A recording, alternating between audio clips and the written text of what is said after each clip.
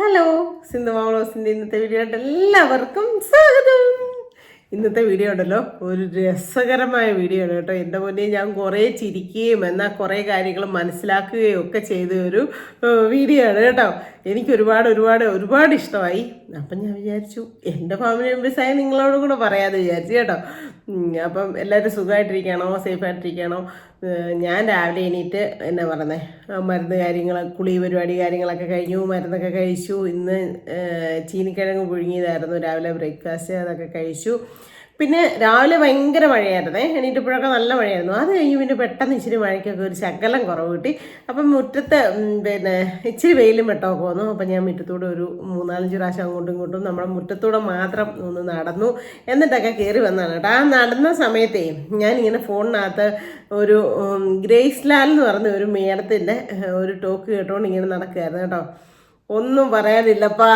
ശരിക്കും ചില കാര്യങ്ങളൊക്കെ കാണുമ്പോൾ നമ്മൾ ശരിക്കും നമ്മുടെ തന്നെ പറയുന്നത് പണ്ടത്തെ ഇതിലോട്ടൊക്കെ പണ്ടത്തെ കുറേ നല്ല നല്ല ഓർമ്മകളുണ്ടല്ലോ. എൻ്റെയൊക്കെ കുഞ്ഞിലെ കാര്യങ്ങൾ എന്ന് പറഞ്ഞു കഴിഞ്ഞാൽ എൻ്റെ വലിയച്ചാച്ചൻ്റെയും വെല്ലുമ്മച്ചിയുടെയും അമ്മാവന്മാരുടെയും അമ്മായിമാരുടെയും ഞങ്ങൾ കൂട്ടുകുടുംബം ആയിരുന്നല്ലോ. ഭയങ്കര ആൾബലമുള്ള ഒരു ഭയങ്കര കുടുംബമായിരുന്നു ഞങ്ങളേത്. അപ്പോൾ അങ്ങനെ എന്തെങ്കിലും വിശേഷമൊക്കെ വെച്ച് കഴിഞ്ഞാൽ ഞങ്ങളുടെ വീട്ടിൽ തലേദിവസമൊക്കെ ഒരു ചാക്കരിയൊന്നും വിട്ടാൽ തികയതില്ല, അത്രയ്ക്ക് ആളുണ്ടായിരുന്നു. ഒരു ക്രിക്കറ്റ് കളിക്കോ അല്ല എന്തെങ്കിലുമൊക്കെ ഇങ്ങനെ കളിത്തീപ്പിനൊക്കെ ആണെങ്കിലുണ്ടല്ലോ, അയലൊക്കത്തെ പിള്ളേരെ കൂടെ വിളിച്ചാൽ 2 ഗ്രൂപ്പായിട്ട് തിരിക്കാം, അത്രയും ആൾക്കാരുണ്ടായിരുന്നു ഞങ്ങൾ അങ്ങനെ. അപ്പം ഇന്ന് അങ്ങനെ വല്ലതും ഉണ്ടോ? ഒന്നുമില്ല അല്ലേ. ഇന്നിപ്പോൾ എങ്ങനെയാണെന്ന് ചോദിച്ചു കഴിഞ്ഞാൽ എങ്ങനെയാണ്, ഒരു കുറേ വർഷങ്ങൾക്ക് മുമ്പ് നമുക്ക് 2, നമ്മൾ 2, നമുക്ക് 3, അങ്ങനെ ഈ ഗവൺമെൻറ് ഹോസ്പിറ്റലിലൊക്കെ കാണത്തില്ലായിരുന്നു ഇങ്ങനെ ബോർഡ് എഴുതി വെച്ചേക്കുന്നത്, നമുക്ക് കുട്ടികൾ ആണായാലും പെണ്ണായാലും മക്കൾ 3 മതിയെന്നോ മക്കൾ 2 മതിയെന്നൊക്കെ. അങ്ങനെയായി. അത് കഴിഞ്ഞ് പിന്നെ ആയപ്പോഴത്തേനും പണ്ട് പക്ഷേ മത്സരബുദ്ധി ഉണക്കായിരുന്നു. 8-9 മക്കളില്ലാത്ത വീടില്ല, ശരിയല്ലേ? അങ്ങനെ ആകുമ്പോഴത്തേനും നമുക്ക് കൂടപ്പുറപ്പോഴും കൂടുതലാണ്, പിന്നെ എന്നാ പറയുന്നത്, ആൾബലവും കൂടുതലാണ്. എന്ത് കാര്യത്തിനാണേലും ഏറ്റവും നല്ലത് കൂടുതൽ മക്കളും ആൾക്കാരും ഉള്ളതാണ് അല്ലേ. അത് കഴിഞ്ഞ് പിന്നെ നമുക്കൊരു വളർത്താനൊക്കെ ബുദ്ധിമുട്ടല്ലേ, നമുക്ക് 2 മതി എന്നാക്കി. നാം 2, നമുക്ക് 2 അങ്ങനെ ആക്കി. അത് കഴിഞ്ഞിട്ട് ഇപ്പം നമുക്ക് 2 ഇല്ലേ, ഇനി ഒരിടം മതി, അങ്ങനെയാക്കി. അങ്ങനെ ഇപ്പം ഇങ്ങനെ കുറഞ്ഞു വന്ന് ഇനി നമുക്ക് എന്തിനാ കുട്ടീനെ ഒന്നും വേണ്ട, നമുക്ക് പട്ടീനെ വളർത്താം. ആ ഒരു ലെവലിലോട്ട് എത്തിക്കൊണ്ടിരിക്കുകയാണ് അല്ലേ. മക്കൾ വേണ്ട, പിന്നെ കല്യാണം കഴിക്കാതെ എനിക്ക് പിന്നെ കൂടെ താമസിച്ചാൽ മതി എന്ന്. അതിനൊരു പേരുണ്ടല്ലോ, എന്നായിരുന്നു, ലിവിങ് ടുഗദർ അല്ലേ. അപ്പം പണ്ടെന്നൊക്കെ പറഞ്ഞു കഴിഞ്ഞാൽ നല്ല ശരിക്കും ഞാൻ എൻ്റെ ഒരു കാര്യം പറയട്ടെ, ലാൽട്ടനെ കല്യാണം കഴിക്കുന്നതിന് മുമ്പ് എന്നെ പെണ്ണ് കാണാനായിട്ടൊന്ന് വന്നു, അന്ന് കണ്ടിട്ടുണ്ട്. പിന്നെ എൻ്റെ കല്യാണം എന്ന് പറഞ്ഞു കഴിഞ്ഞാൽ ഉറപ്പീരിന് ആണിൻ്റെ വീട്ടിലോട്ട് കൊണ്ടുവരത്തില്ല, ആണിൻ്റെ വീട്ടുകാർ മാത്രമേ വരത്തുള്ളൂ, ലാൽട്ടൻ വന്നിട്ടില്ല. അപ്പോൾ പെണ്ണ് കാണാനൊന്ന് കണ്ടിട്ട് ഞാൻ കല്യാണത്തിനാണ് പിന്നെ ആളെ കാണുന്നത്. ശരിക്കും. പക്ഷെ ഇന്നൊക്കെ അങ്ങനെയാണോ? ഇപ്പം പെൺപിള്ളേർ വീട്ടിൽ പോയി കാണും അല്ലേ.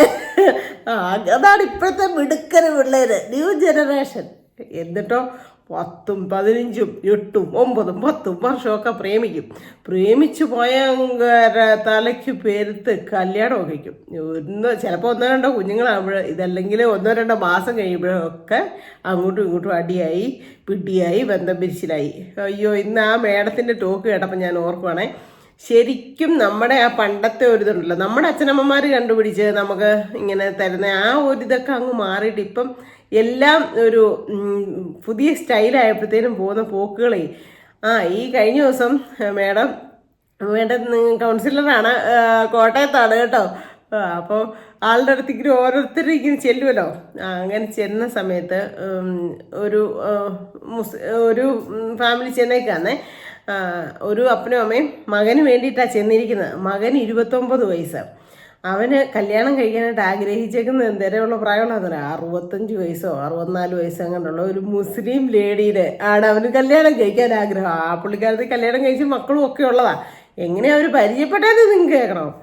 ആ സ്ത്രീയുടെ മകളെ ചേർക്കാനായിട്ട് ഒരു കോളേജിൽ വന്നു. കോളേജിൽ വന്നപ്പോൾ ഈ ചെറുക്കനെ അവിടെ വെച്ച് പരിചയപ്പെട്ടു. മോനെ ഇതിൻ്റെ മെയിൻ എൻട്രൻസ് എവിടെയാ, ഇതിൻ്റെ കാര്യങ്ങളൊക്കെ എങ്ങനെയാണെന്നൊക്കെ ആ ചെറുക്കൻ കൊച്ചിനോടാണ് ചോദിച്ചത്. അപ്പോൾ അവൻ കാര്യങ്ങളൊക്കെ പറഞ്ഞു കൊടുത്തു. ഇപ്പം ഞാൻ തന്നെയാണെങ്കിലും എവിടെയെങ്കിലും ഒക്കെ പോവുകയാണെങ്കിൽ, എന്തെങ്കിലും ഒരു ആവശ്യത്തിന് പോവുകയാണെങ്കിൽ, ഞാൻ ഒരുമാതിരി നമുക്ക് കണ്ട ഒരു മനുഷ്യപ്പറ്റൊക്കെ ഉള്ള പിള്ളേരെ അല്ലെങ്കിൽ അങ്ങനെ പ്രായമുള്ളവരെ അങ്ങനെയൊക്കെ കണ്ടാൽ ഞാൻ ചോദിക്കാറുണ്ട്. നമുക്ക് സംശയങ്ങൾ എന്തെങ്കിലും ഉണ്ടെങ്കിൽ ചോദിക്കുകയല്ലേ എന്ന് പറഞ്ഞുകൊണ്ട് ഈ പുള്ളിക്കാരത്തെ ചോദ്യമൊക്കെ കഴിഞ്ഞ് അപ്പം അന്നേരം മുതൽ ഈ ചെറുക്കൻ കൊച്ചി ഇവരുടെ കൂടെ കൂടി. എന്നിട്ട് പിന്നെ അവിടെ ഒരു കോഫി ഷോപ്പുണ്ട്, അവിടെ പോയി കോഫിയൊക്കെ കുടിച്ചു. അങ്ങനെ പരിചയമൊക്കെ പെട്ടു. പിന്നെ ആ ചെറുക്കൻ കൊച്ചിൻ്റെ ഒരു കഴിവ് കൊണ്ട് പെട്ടെന്ന് ഇവരുടെ മകളെ ചേർക്കാനുള്ള കാര്യങ്ങളും എല്ലാം ചെയ്തു. അത് കഴിഞ്ഞ് തിരിച്ചു പോകാൻ നേരത്ത് മോളെ അവിടെ തന്നെ നിർത്തിയിട്ട് പോവുക, പഠിക്കാനായിട്ട് ആക്കിയിട്ട് പോവുക. അപ്പോൾ ഹോസ്റ്റലിൽ നിർത്തിയിട്ടൊക്കെ പോകാനായിട്ടുള്ള സെറ്റൊക്കെ ആയി കഴിഞ്ഞപ്പോഴത്തേനും ആ ചെറുക്കൻ കൊച്ചിനോട് പറഞ്ഞു, മോനെ മോളെ ഇവിടെ നിർത്തിയിട്ട് പോകണേ, നീ ഒന്ന് നോക്കിയേക്കണേ, നീ ഒന്ന് ശ്രദ്ധിച്ചേക്കണേ എന്ന് പറഞ്ഞു. അതിനെന്നെ അമ്മയെ ഞാൻ ശ്രദ്ധിച്ചേക്കാം, ഞാൻ നോക്കിയേക്കാം എന്ന് പറഞ്ഞു. എന്നിട്ട് പോകാൻ നേരത്തേലും പറഞ്ഞു, അമ്മയുടെ ഫോൺ നമ്പർ എനിക്കൊന്ന് തായോ, എന്തെങ്കിലും ആവശ്യമുണ്ടെങ്കിൽ വിളിക്കണമല്ലോ, അമ്മയുടെ ഫോൺ നമ്പർ ഒന്ന് തായോ എന്ന് പറഞ്ഞത്. അപ്പത്തിനും പുള്ളിക്കാരത്തി ഫോൺ നമ്പർ കൊടുത്തു. മകള് ഡിഗ്രി എഞ്ചിനീയറിങ്ങോ എന്തോ ഒരു കോഴ്സ് പഠിക്കാനായിരുന്നു. 3 വർഷമോ 4 വർഷമോ കോഴ്സായിരുന്നു. പഠിച്ചിറങ്ങിയപ്പോഴത്തേനും ആ മകളുടെ അമ്മയും ഈ പാവം പിടിച്ച പയ്യനും, അതായത് 29 വയസ്സോ 28 വയസ്സോ ഉള്ള ഈ പയ്യനും കൂടെ കടുത്ത പ്രേമത്തിലായി. അവർക്ക് പിരിയാൻ പറ്റത്തില്ലാത്ത അത്രയും പ്രേമത്തിലായി. എന്നിട്ട് ഈ പുള്ളിക്കാരത്തി എന്നാ പറയുന്നത്, അവനെ തന്നെ കല്യാണം കഴിക്കണം. ഈ ചെറുക്കനും വീട്ടുകാരോട് പ്രശ്നമായി. എന്നിട്ട് ഈ ചെറുക്കനെ കൊണ്ട് ചെറുക്കൻ്റെ അച്ഛനും അമ്മയും കൗൺസിൽ ചെയ്യാൻ വേണ്ടി കൊണ്ടുവന്നേക്കാം. അപ്പോൾ പുറകെ ചെന്നിട്ടുണ്ട്. ഈ അവരുടെ കൂടെ പുറകിൽ ഈ മറ്റേ പ്രായമുള്ള സ്ത്രീയും ഉണ്ട്. എന്നിട്ട് ഇരുത്തി ക്ലാസ് എല്ലാം എടുത്ത് പറഞ്ഞെല്ലാം മനസ്സിലാക്കിയൊക്കെ കൊടുത്തൊക്കെ കഴിഞ്ഞിട്ട് ഈ ചെറുക്കനോട് പറഞ്ഞത്, എടാ മോനെ 65 വയസ്സുണ്ട്, നിനക്ക് 10-40 വയസ്സാകുമ്പോഴത്തേക്കും ചത്തുപോകും, അതുകൊണ്ട് വേണ്ട, നീ ഇതിനെക്കുറിച്ച് ചിന്തിക്കണ്ട, അത് ആലോചിക്കണ്ട എന്നൊക്കെ പറഞ്ഞപ്പോൾ അവൻ പറഞ്ഞത് എന്നാന്നോ, ചത്തെങ്കിൽ ചത്തോട്ടെ, എനിക്ക് എന്നാണല്ലോ അവരില്ലാതെ ജീവിക്കാൻ പറ്റത്തില്ലത്. ആ ഒരു തരത്തിലോട്ടാണ് ഇപ്പം നമ്മുടെ ഒരു പോക്കല്ലേ. ശരിക്കും പറഞ്ഞാൽ നമ്മുടെയൊക്കെ കുഞ്ഞിലത്തെ ഇത് വെച്ച് നോക്കുമ്പോഴത്തേക്കും നമുക്ക് ഇപ്പോൾ ഇതൊക്കെ കാണുകയും കേൾക്കുകയും ചെയ്യുമ്പോൾ അത്ഭുതമാണ് കേട്ടോ. ഈ ഗ്രേസ് ലാൽ എന്ന് പറഞ്ഞ മേടത്തെ പുള്ളിക്കാരത്തിൻ്റെ അച്ഛൻ കൊണ്ടുപോയി വക്കീലാകാനായിട്ടാണ് പഠിപ്പിക്കാൻ പറ്റുന്നത്. പക്ഷെ പുള്ളിക്കാരൻ തന്നെ ഇത് അവിടെ നിന്ന് നൈസായിട്ട് ചാടി പോന്നിട്ട് എനിക്കിത് വേണ്ട, എനിക്ക് ഇങ്ങനെ കൗൺസിലർ പഠിച്ചാൽ മതി. അന്നത്തെ കാലത്തൊന്നും ഇത് വലിയ കാര്യമായിട്ടില്ലായിരുന്നു എന്ന്. അപ്പോഴത്തേക്കും പുള്ളിക്കാരത്തിൻ്റെ അച്ഛൻ പറഞ്ഞു, നേടി നിനക്ക് മക്കളുണ്ടായാലും പച്ചരി മേടിച്ചു കൊടുത്തു പോലും നിനക്ക് ജീവിക്കാൻ പറ്റിയല്ല, അതുകൊണ്ട് പിന്നെ വേണ്ട, വക്കീൽ പണി തന്നെ ചെയ്താൽ മതി എന്ന് പറഞ്ഞത്. അപ്പോൾ പുള്ളിക്കാരത്തി പറഞ്ഞത്, നമ്മുടെ ഓർമ്മയ്ക്ക് കപ്പ നിൽപ്പുണ്ടല്ലോ, അപ്പം ഞാൻ കപ്പ കുറച്ച് മുളകും കാന്താരിയും പൊടിച്ചു കൊടുത്താണല്ലോ എൻ്റെ മക്കളെ വളർത്തിക്കോളാം. പക്ഷേ പുള്ളിക്കാരത്തി പറയുകയാണ്, ഇപ്പം എനിക്ക് നല്ല ഫീസാണ് കിട്ടുന്നത്, കാരണം കോടീശ്വരരാണ് എൻ്റെ അടുത്ത് വരുന്നത്. നമുക്ക് നാണം കെടേണ്ടിയോ നമുക്ക് ഇറക്കേണ്ടിയോ ഒന്നും ആവശ്യമില്ല, ഇത്രയും വലിയ കാശുകാരാണ് നമ്മുടെ അടുത്ത് വരുന്നതെന്ന്. അപ്പോൾ പിന്നെ അവരോട് നന്നായിട്ട് ഫീസ് മേടിക്കാമല്ലോ. അപ്പോൾ അങ്ങനെ ഇനി ഈ കഴിഞ്ഞ ഒരു ദിവസം ഒരു പ്രായമുള്ള ഒരു 10-72 വയസ്സുള്ള ഒരു ചേട്ടനും ചേച്ചിയും കൂടെ കാണാൻ ചെന്നിട്ട് പുള്ളിക്കാരൻ ഇങ്ങനെ കാര്യങ്ങളെല്ലാം പറയുക. പുള്ളിക്കാരത്തെ കൊണ്ട് സംസാരിപ്പിക്കാനായിട്ട് സമ്മതിക്കുന്നില്ല. അപ്പോൾ പുള്ളിക്കാരൻ ഇങ്ങനെ പറഞ്ഞുകൊണ്ടിരുന്നതിനാണ് പറയുന്നു, ഇവളെ എന്നോട് 1 കിലോ പഞ്ചസാര മേടിക്കാൻ പറഞ്ഞാൽ എൻ്റെ മോളെ ഞാൻ 5 കിലോ പഞ്ചസാര മേടിച്ചുകൊണ്ട് വരും. എന്നോട് ഇവള് പോകുമ്പോൾ മീൻ മേടിക്കാൻ പറഞ്ഞാൽ ഞാൻ 5 സൈസ് മീൻ മേടിക്കും. കാരണം അച്ചാർ വെച്ചോട്ടെ, കറി വെച്ചോട്ടെ, പീര വെച്ചോട്ടെ, വറുത്തോട്ടെ, പൊരിച്ചോട്ടെ, അങ്ങനെ ഓർത്ത് ഞാൻ 5 സൈസ് മീൻ മേടിക്കും. ഇവൾ എന്തൊരു സാധനം പറഞ്ഞാലും ഞാൻ അങ്ങനെ ചെയ്ത് കൊടുക്കും. ഈ കഴിഞ്ഞ ഒരു ദിവസം ഇവളെന്നോട് പറഞ്ഞു, എൻ്റെ അടിപ്പാവാടയില്ലെന്ന് പറഞ്ഞു. അപ്പം ഞാൻ കടയിൽ ചെന്നിട്ട് എനിക്ക് ഒരു പാവാടയായിട്ട് മേടിക്കാൻ പറ്റുമോ? ഞാനൊരു 6 പാവാട അങ്ങ് മേടിച്ചു. എന്നിട്ട് ഞാൻ വീഡിയോ എടുത്തുകൊണ്ടിരുന്നതിനിടയ്ക്ക് ഉഷേച്ചി വിളിച്ചാൽ കേട്ടോ. എല്ലാവരും വിളിച്ച് അന്വേഷിക്കുന്നുണ്ട് കാര്യങ്ങൾ. റെസ്റ്റ് എടുത്തോണം, ഇത്രയും പൈസയും മുടക്കി പോയിട്ട് വന്നതല്ലേ, നന്നായിട്ട് റെസ്റ്റ് എടുത്തോണം എന്നൊക്കെ പറയായിരുന്നു കേട്ടോ. അപ്പോൾ അങ്ങനെ ഇപ്പം ഇതാണ് റെസ്റ്റ് എടുക്കേണ്ട പരിപാടിയാണ്. ഫുള്ള് കിടപ്പാണ് എൻ്റെ പരിപാടി, ഒന്നും ചെയ്യുന്നില്ല. പിന്നെ ഇങ്ങനത്തെ ഈ ഓരോ ടോക്കുകളും കാര്യങ്ങളും കേൾക്കിച്ചാണ് കേട്ടോ. ശരിക്കും മനസ്സിന് ഒത്തിരി സന്തോഷം കിട്ടും കേട്ടോ. ഈ ഫോൺ എന്ന് പറയുന്നത് നല്ലൊരു സംഭവം തന്നെയാണ്. ഫോണിനകത്ത് തന്നെ ചീത്തയുണ്ട് നല്ലതുമുണ്ട്. നമ്മൾ ചീത്ത അവോയ്ഡ് ചെയ്ത് നല്ലത് ഉൾക്കൊണ്ടാലുണ്ടല്ലോ, സൂപ്പറാണ് കേട്ടോ. ആ മേഡത്തിൻ്റെത് പിന്നെ പുള്ളിക്കാരുടെ ഗ്രേസ് ലാൽ എന്നാണ് കേട്ടോ. അടിച്ചു കൊടുത്താൽ നിങ്ങൾക്ക് കിട്ടും, കേൾക്കേണ്ടവർക്ക് കേൾക്കാൻ പറ്റും. പിന്നൊന്നും നമുക്ക് മനസ്സ് കളഞ്ഞിരിക്കുമ്പം പിന്നെ ആ ഒരു അവതരണവും കാണുമ്പോൾ തന്നെ നമുക്കൊരു പോസിറ്റീവ് എനർജി കിട്ടും ആളുടെ. അപ്പോൾ ആ അവതരണവും ഇതെല്ലാം കൂടെ നമുക്ക് ഭയങ്കര സന്തോഷം കിട്ടും കേട്ടോ. എന്നിട്ട് ഈ ചേട്ടൻ പാവാടയൊക്കെ മേടിച്ചുകൊണ്ട് കൊടുത്തു തോന്നും. എന്നിട്ട് എല്ലാം പുള്ളി നല്ല രീതിയിൽ ചെയ്യുന്നുണ്ടോ. അപ്പോൾ ഈ ചേച്ചിയോട് ചോദിച്ചു, ചേച്ചി ഇത്രയും നല്ല കാര്യങ്ങൾ ചെയ്യുന്ന ഈ ചേട്ടനെ ശരിക്കും പറഞ്ഞാൽ എനിക്ക് കെട്ടിപ്പിടിച്ചൊരു ഉമ്മ കൊടുക്കാനാണ് തോന്നുന്നത്. കാരണം എൻ്റെ കെട്ടിയവനോട് 1 കിലോ പഞ്ചസാര മേടിക്കാൻ പറഞ്ഞാൽ പുള്ളി പറയും എടി പഞ്ചസാരയ്ക്ക് 100 കൂട്ടം അസുഖങ്ങളുണ്ട്, ഇന്ന വരുമരായികളുണ്ട്, അതുകൊണ്ട് അത് അങ്ങനെ ഉപയോഗിക്കണ്ട എന്നൊക്കെ പറഞ്ഞിട്ട് പിന്നെ നിവൃത്തി ഇല്ലാഞ്ഞിട്ട് 1/2 കിലോ മേടിച്ചോട്ട് തരും. അതുകൊണ്ട് തന്നെ മീൻ മേടിക്കാൻ പറഞ്ഞിട്ടുണ്ട്. ഫ്രീസറിൽ ഇരിക്കുന്ന മോർച്ചറിൽ ഇരിക്കുന്ന സാധനം ഒന്നും കഴിക്കണ്ട, അതൊക്കെ നമ്മുടെ ശരീരത്തിന് ദൂഷ്യമെന്ന് പറയും. ഇങ്ങനെ ഒന്നും മേടിച്ചു കൊണ്ട് തരത്തില്ല ചേച്ചി. പിന്നെ എൻ്റെ ജീവിതത്തിൽ ഇന്നേ വരെ എനിക്കൊരു പാവാട പോലും മേടിച്ചുകൊണ്ട് തന്നിട്ടില്ല. എന്താണെന്ന് ചോദിച്ചു കഴിഞ്ഞാൽ ഞാൻ തയ്ച്ച് ഞാൻ സ്വന്തമായിട്ട് ജോലി ചെയ്ത് സാധനം മേടിക്കുന്നുണ്ട്, അങ്ങനെ ഒന്നും എൻ്റെ കെട്ടിയവൻ മേടിച്ചു തന്നിട്ടില്ല. അപ്പോൾ ഇങ്ങനെ ഇത്രയും നല്ല കാര്യങ്ങളൊക്കെ ചെയ്തു തരുന്ന ഈ കെട്ടിയവൻ എന്നെ കുഴപ്പമുണ്ടായിട്ട് എന്നാ നിങ്ങളുടെ പ്രശ്നം എന്നാന്ന് ചോദിച്ചത്. അപ്പോഴത്തേനും ചേട്ടൻ പറഞ്ഞത് ഞാൻ പറയാം എന്നെ പ്രശ്നം എന്നുള്ളത് ഞാൻ പറയാമെന്ന് പറഞ്ഞു. വീണ്ടും ചേട്ടൻ പറഞ്ഞത് ഞാൻ വൈകിട്ട് എല്ലാ ദിവസവും ഒരു 50 അടിക്കും, ഒരു പെഗ് അടിക്കും, അതാ ഇവളുടെ സൂക്കേടെന്ന് പറയുന്നത്. അപ്പോഴത്തേനും ചോദിച്ചു, എൻ്റെ ചേച്ചി വീട്ടിലെ കുടുംബത്തെ എല്ലാ കാര്യങ്ങളും ചെയ്ത് തന്നിട്ട് ഒരു 50 അടിക്കുന്നതിനോ അല്ലെ ഒരു പെഗ് അടിക്കുന്നതിനോ നമ്മൾ വഴക്കിടാവോ? അത് സ്ത്രീകൾക്ക് ചേർന്ന പരിപാടിയാണോ? അത് പോട്ടെ, അവർ ഇത്രയും നല്ല രീതിയിൽ ചെയ്തിട്ടല്ലേ. 1,18,00,000 രൂപയുടെ ഒരു വീടാണ് പണിത് തന്നേക്കുന്നത്. ഞാൻ പണിതാന്ന് പറഞ്ഞാൽ ചേട്ടൻ പറഞ്ഞത് ഞാൻ പണിതല്ലാതെ ഇവളുടെ അപ്പം പണിതല്ല. അത്രയും സുഖ സൗകര്യങ്ങളെല്ലാം ഞാൻ നേടിക്കൊടുത്തിട്ടുണ്ട് ഇവക്കെന്ന് പറയുന്നത്. അപ്പോഴത്തേനും ചേച്ചി പറഞ്ഞാൽ അതൊന്നും അല്ല പ്രശ്നം. പിന്നെ എന്നാ ചേച്ചിയുടെ പ്രശ്നം എന്നാന്ന് ചോദിച്ചാൽ, പുള്ളി കിടന്നു കൊള്ളൂന്ന്. പുള്ളി എല്ലാ ദിവസവും കിടന്നു കൊള്ളും. അതുകൊണ്ട് ഞങ്ങൾ 2-3 ബെഡ് കത്തിച്ചു, 3-4 പില്ലോ കത്തിച്ചു, ബെഡ്ഷീറ്റുകൾ കത്തിച്ചു. ഈ 1,18,00,000 രൂപയുടെ വീടിനകത്തോട്ട് കയറാൻ പറ്റത്തില്ല മാഡം. എന്നു വെച്ചാൽ സ്മെല്ല് കാരണം, മണം കാരണം എനിക്ക് പറ്റത്തില്ല സഹിക്കാൻ. എൻ്റെ മൂത്ത മകന് 38 വയസ്സായി. അവൻ പെണ്ണ് കിട്ടുന്നില്ല, സമ്മതിക്കത്തില്ല. അപ്പൻ്റെ മൂത്രമൊഴിക്ക് കിടന്നു മുള്ളിച്ച നിൽക്കട്ടെ എന്ന് പറയുന്നത്. കിടന്നു മുള്ളിച്ചാണ് ഞങ്ങളെ അലട്ടുന്ന പ്രശ്നം. അതുകൊണ്ട് മാഡം എങ്ങനെയെങ്കിലും ഇതിയാൻ്റെ കിടന്നു മുള്ളിച്ച നിർത്തി തരാതെ ഞാൻ ഇവിടുന്ന് പോകുന്ന പ്രശ്നമേ ഇല്ലെന്ന് പറഞ്ഞത്. എൻ്റെ ദൈവമേ, ചിരിക്കാനുള്ള വകുപ്പുണ്ട് കേട്ടോ, ചിരിക്കാനുള്ള വകുപ്പ്. അല്ല, ഓരോരോ വലിയ വലിയ വീടുകളിലെയൊക്കെ കാര്യങ്ങൾ നമ്മളങ്ങനെ ആരും പുറത്തറിയില്ല. പക്ഷേ ഇങ്ങനെ കൗൺസിലിംഗ് ഒക്കെ ചെല്ലുമ്പോഴത്തേക്കും ഓരോ കാര്യങ്ങൾ പറയുന്നത് ശരിക്കും. പിന്നെ വേറെ ഒരു ക്രിസ്ത്യൻ കുടുംബമാണെന്ന് പറഞ്ഞേ, അവിടെ 2 മക്കളും ഒരമ്മയുണ്ട്. അച്ഛൻ മരിച്ചുപോയി. പ്രായമുള്ള 19-75 വയസ്സുള്ള അമ്മയാണ്. എന്നിട്ട് ഈ 2 മക്കളും അമ്മയും മക്കളുടെ ഭാര്യയും അവർ 3 കഞ്ഞിയാണ് വെക്കുന്നതെന്ന്. ഒരു വീട്ടിൽ 3 കഞ്ഞിയാണ് വെക്കുന്നതെന്ന് ഓർത്ത് നോക്കി. അമ്മ താഴെ അടുക്കളക്കകത്ത് കഞ്ഞി വെക്കും, മക്കള് മണ്ടയിൽ ഒരിടത്ത് ഗ്യാസേ വെക്കും, ഒരിടത്ത് ഇൻഡക്ഷനെ വെക്കും. അങ്ങനെയുള്ള കുടുംബങ്ങളൊക്കെ ഉണ്ട് ഇന്ന്.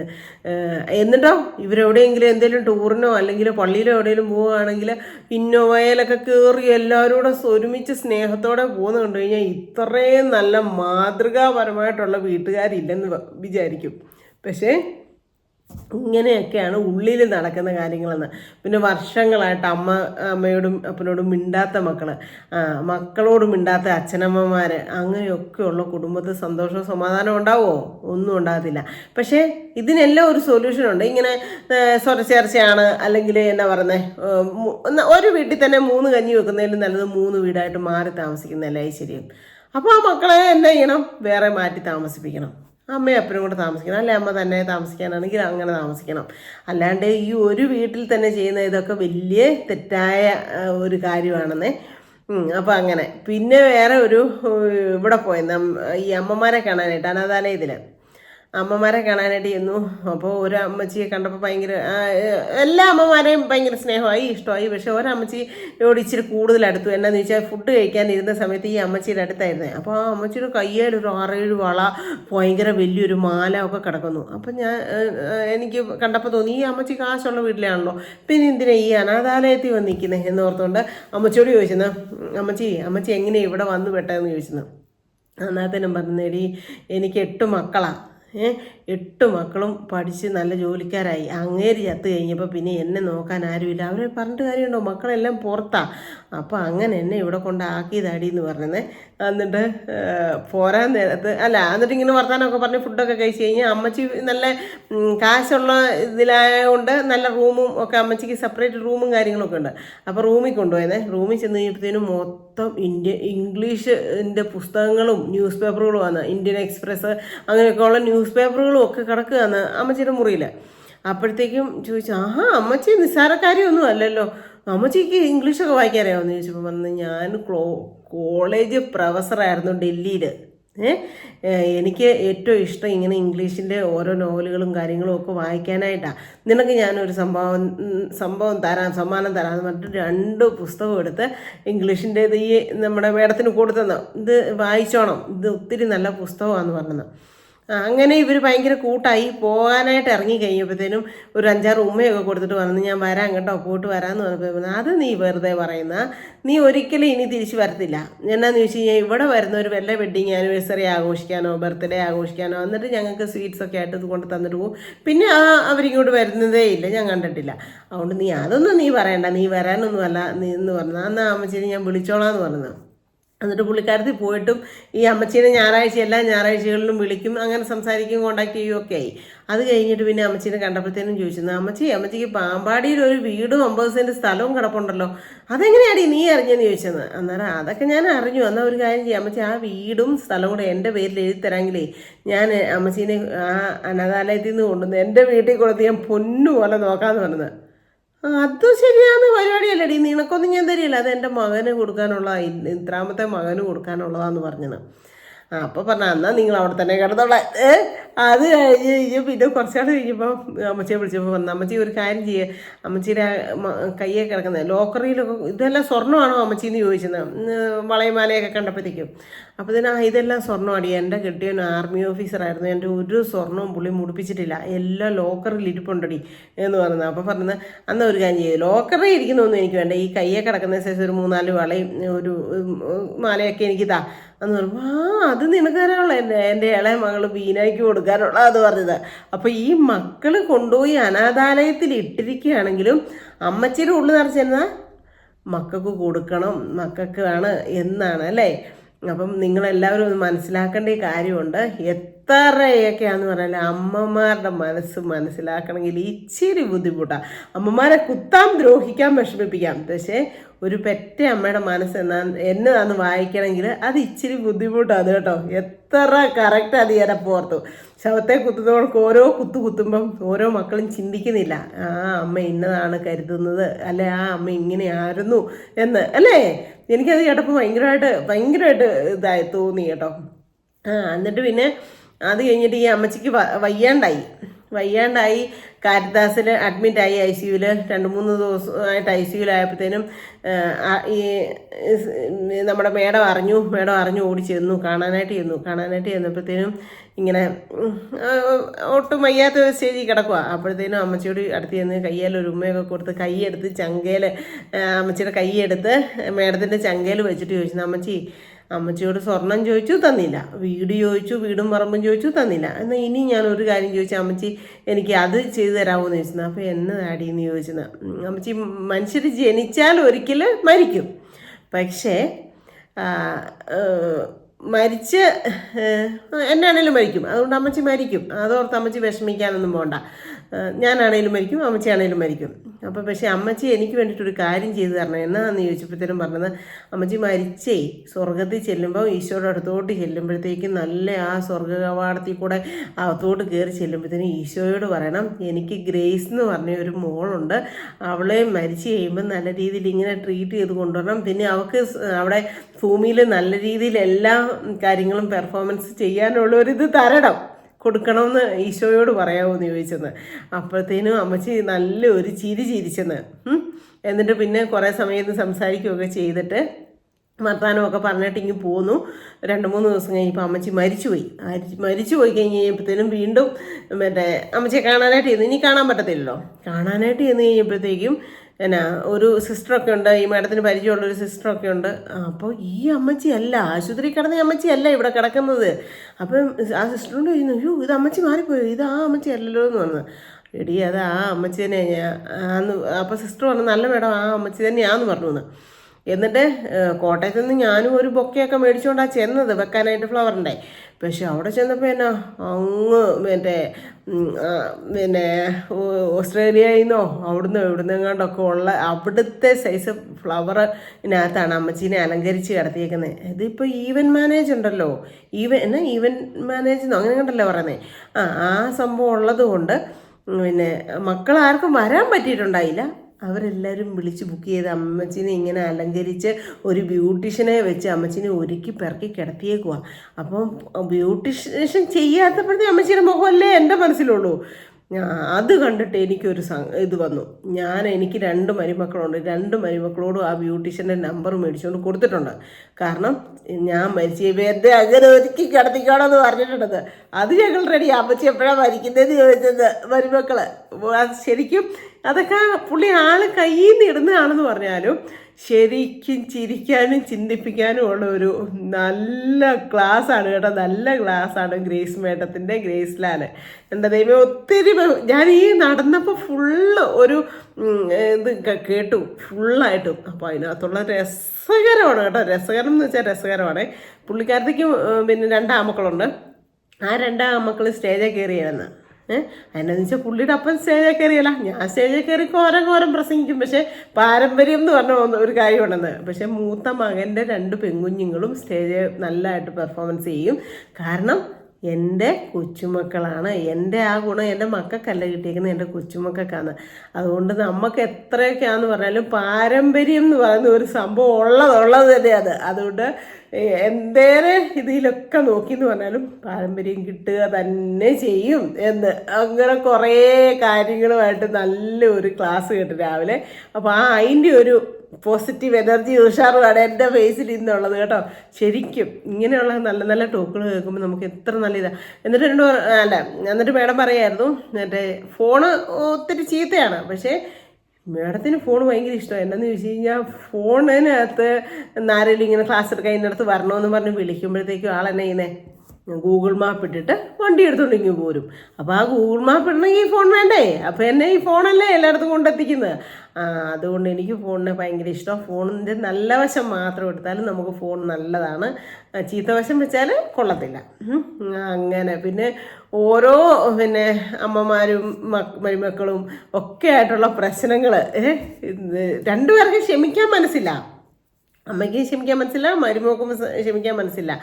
പണ്ടൊക്കെ എന്ന് വെച്ച് കഴിഞ്ഞാൽ ഇപ്പോൾ കൗൺസിലിങ്ങിന് നേരത്തെ പുള്ളിക്കാരത്തിൽ തുടങ്ങിയപ്പോൾ ഈ കൗൺസിലിങ്ങും കാര്യങ്ങളും ഒന്നും ആരും ചെല്ലത്തൊന്നും ഇല്ലായിരുന്നു. അതൊന്നും ഇത്രയും പ്രശ്നമില്ല. കാരണം എന്തെങ്കിലും അമ്പ അടിച്ചു ഒരു വഴക്കുണ്ടാക്കി 2 മിനിറ്റ് കഴിയുമ്പോൾ അവരുടെ പ്രശ്നം കഴിഞ്ഞു, കുടുംബ പ്രശ്നങ്ങളില്ലായിരുന്നു. പിന്നെ വന്നിട്ടുള്ളതെന്ന് പറഞ്ഞാൽ ആകെപ്പാടെ 5000 രൂപ സ്ത്രീധനം തരാമെന്ന് പറഞ്ഞിട്ട് തന്നിട്ടില്ല, അല്ലെ 5 പവൻ്റെ സ്വർണ്ണം സ്ത്രീധനം തരാമെന്ന് പറഞ്ഞിട്ട് തന്നിട്ടില്ല. അങ്ങനെയൊക്കെയുള്ള കുഞ്ഞു കാര്യങ്ങളൊക്കെ ആയിരുന്നു ആദ്യ കാലത്തൊക്കെ ചെല്ലുന്നതെന്ന്. പക്ഷേ ഇപ്പോൾ കോടികളുടെ ഇതായി ചെല്ലുന്നത്. അതുകൊണ്ട് എനിക്ക് ഫീസ് നന്നായിട്ട് മേടിക്കാം, നല്ല രീതിയിൽ മേടിക്കാം.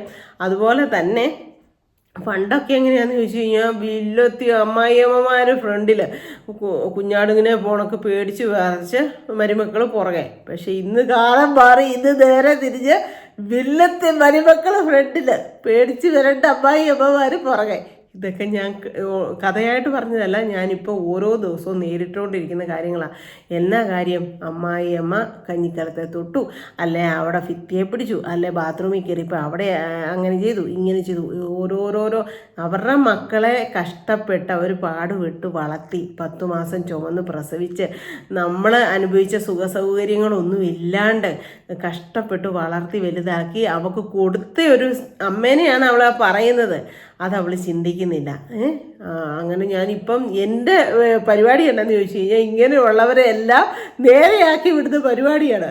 മക്കൾ വേണ്ട. ചിലർ പറയും ഞങ്ങൾക്ക് മക്കൾ വേണ്ട. എന്തിനാ മക്കളെന്ന്? മക്കൾക്ക് പകരം പട്ടിയെ മതി, പട്ടിയെ പുന്നരിച്ചാൽ മതി. അമേരിക്കയിൽ നിന്ന് ഒരു പെങ്കൊച്ചിനെയും കൊണ്ട് അപ്പനും അമ്മയും വീട്ടിൽ വന്ന് ആ പെങ്കൊച്ച് വന്ന് ആ പെങ്കൊച്ചിനോട് അപ്പനെ അമ്മേനെ മാറ്റി ഇരുത്തിയിട്ട് പെങ്കൊച്ചിനോട് സംസാരിക്കുവന്നു. അപ്പോഴത്തേനും ചോദിച്ചു, മോളെ നിനക്ക് ഇത്ര എഡ്യൂക്കേഷൻ ഇല്ലേ, നിനക്ക് എന്നെ നീ സമ്മതിക്കാതെ അപ്പനെ അമ്മേനെ എന്തിനാ വിഷമിപ്പിക്കുന്നത് ഒക്കെ ചോദിച്ചപ്പോഴത്തേനും പറഞ്ഞ ഒരു കാര്യമുണ്ടെന്ന്. എനിക്ക് എൻ്റെ ലിയോ ഇല്ലാതെ ജീവിക്കാൻ പറ്റിയായിരുന്നു. അപ്പം ലിയോ എന്ന് പറഞ്ഞപ്പോൾ ഓർത്ത് അവിടുത്തെ വല്ല ഇംഗ്ലീഷുകാർ വല്ലതും ആയിരിക്കും, നിങ്ങളുടെ ബോയ് ഫ്രണ്ട് ആയിരിക്കും എന്ന് ചോദിച്ചു. ലിയോയോ? എന്നാൽ പിന്നെ നിനക്ക് ലിയോയുടെ കാര്യം നിൻ്റെ പേരൻസിനോട് പറഞ്ഞാൽ എന്നാന്ന് ചോദിച്ചു കഴിഞ്ഞാൽ ഇപ്പോൾ പറയാന്ന് അവരൊട്ടും അംഗീകരിക്കുകയല്ല. അവർക്ക് പട്ടീനെ ഇഷ്ടമില്ലെന്ന് പറഞ്ഞു. എന്നാ പട്ടിയാ? പെറ്റാനിമൽസ്. പട്ടിയില്ലാതെ നമുക്ക് ജീവിക്കാൻ പറ്റത്തില്ല. എൻ്റെ ജീവിതം എനിക്ക് പട്ടിക്ക് ഞാനും ഉള്ളൂ. അതുകൊണ്ട് എനിക്ക് കല്യാണത്തിന് ഇഷ്ടമില്ലെന്ന് പറയുന്നത്. അങ്ങനെയുള്ള ഒരു കാലത്തിലോട്ടൊക്കെയാണ് പൊയ്ക്കൊണ്ടിരിക്കുന്നതെന്ന്. എന്ന് പറഞ്ഞ കണക്ക് ഈ വലിയ വലിയ വീടുകളിലും ഓരോ കൊച്ചു കുടിലോട്ട് കൊട്ടാരം വരെ പ്രശ്നങ്ങളുണ്ട്. ഇതൊന്നും പുറത്താരും അറിയുന്നില്ല. ഒരു അഭിനയ ജീവിതം അത് ശരിക്കും. ഞാനപ്പോൾ ചിലപ്പോൾ ചില കാര്യങ്ങളൊക്കെ മനസ്സിലോട്ട് വന്നതിൻ്റെ ശരിയല്ലേ, ചില കാര്യങ്ങളൊക്കെ എത്രമാത്രം ഭംഗിയായിട്ടാണ് ഓരോരുത്തർ അഭിനയിച്ച് തീർക്കുന്നതെന്നല്ലേ. എനിക്ക് ഇന്നത്തെ ആ ഒരു ടോക്കൊക്കെ ഭയങ്കരമായിട്ട് ഇഷ്ടപ്പെട്ടു. അപ്പം ഞാൻ ഓർത്ത് നിങ്ങളോട് കൂടെ ഷെയർ ചെയ്തേക്കാം കേട്ടോ. അപ്പം നിങ്ങളെല്ലാവരും താല്പര്യം ഇങ്ങനെ നമുക്ക് സമയമൊക്കെ ഉള്ളവരിങ്ങനെ ചുമ്മാ ഇരിക്കുകയും റെസ്റ്റ് എടുക്കുകയും ഒക്കെ ചെയ്യുന്ന അമ്മമാരും ചേച്ചിമാരും ഒക്കെ ഉണ്ട് എനിക്ക്, പെൻഷനായിട്ടിരിക്കുന്നവരും ഒക്കെ. അപ്പോൾ അങ്ങനെയൊക്കെ ഉള്ളവർക്കൊക്കെ കേൾക്കാൻ പറ്റുന്ന നല്ല ടോക്കാണ് ആ മാഡത്തിൻ്റെ. അപ്പം എല്ലാവരും വേണമെങ്കിൽ കയറി ഒന്ന് കണ്ടൊക്കെ നോക്കി കേട്ടോ. അപ്പോൾ ഇന്നത്തെ ഒരു വിശേഷമൊക്കെ ഇത്രയേ ഉള്ളൂ. എല്ലാവർക്കും ഇഷ്ടമായെങ്കിൽ ലൈക്ക് ചെയ്യുക, ഷെയർ ചെയ്യുക, സബ്സ്ക്രൈബ് ചെയ്യുക, കമൻറ്റിൻ്റെ കൂട്ടത്തിൽ അവലോട് ഇടിച്ചു പിടിക്കുക.